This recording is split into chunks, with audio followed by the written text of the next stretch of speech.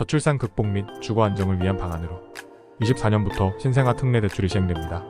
신생아 특례 대출은 매매로 주택을 구입하거나 전세 대출을 받을 때 적용이 가능한데요. 먼저 매매로 주택을 구입할 때 신생아 특례 대출이 어떻게 적용되는지부터 살펴보겠습니다. 대출 신청일 기준 2년 내 출산한 무주택 세대주나 혼인신고 없이 출산한 부부가 내년에 주택을 구입할 경우 부부 합산 연소득 1억 3천만 원 이하 및 순자산 4억 6천 9백만 원 이하에 해당된다면 9억 원 이하 전용 면적 85제곱미터 이하의 주택 구입 시 최대 5억 원 LTV 70%, 생애 최초라면 80%, DTI 60% 대출이 가능해집니다. 만기는 10년에서 30년까지 선택이 가능한데 국토부 발표에 의하면 이자만 내는 거치식도 1년 선택이 가능하다고 합니다. 매달 내야 하는 이자와 LTV, DTI를 따져본다면 최대 5억 원을 다 받는 각오보다는 대부분 3억 내외로 대출 신청이 이뤄질 것으로 보이는데요. 특례 금리는 소득과 만기에 따라 1.6%에서 3.3%가 적용되는데 한 자녀 기준 5년간만 지원을 해줍니다. 이것도 연소득 8,500만 원을 기준으로 금리가 달라지는데요.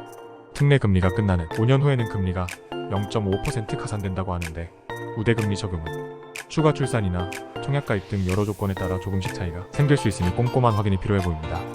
서울은 9억 원 이하 매매가 제한적일 수 있겠지만 수도권에서는 많은 선택이 가능해 보이고요.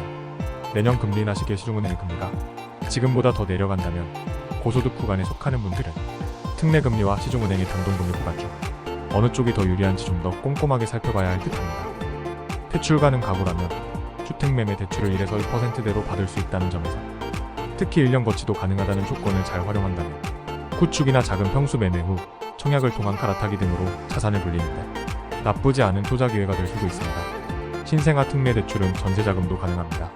2년 내 출산한 무주택 세대주이면서 연소득 1억 3천만 원 이하는 순자산 3억 4천 5백만 원 이하라면 보증금 5억 원 이하, 전용 면적 85제곱미터의 주택의 전세자금을 3억 원 이내로 대출 신청이 가능합니다.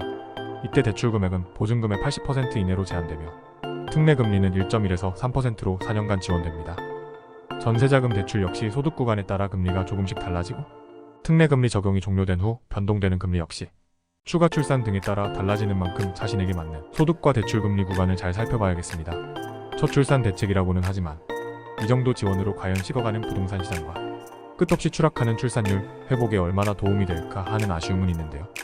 부동산 PF 문제가 본격적으로 불거질 24년 상반기 정부의 적극적인 대책과 경제 살리기가 그 어느 때보다 시급한 시기가 아닐까 합니다.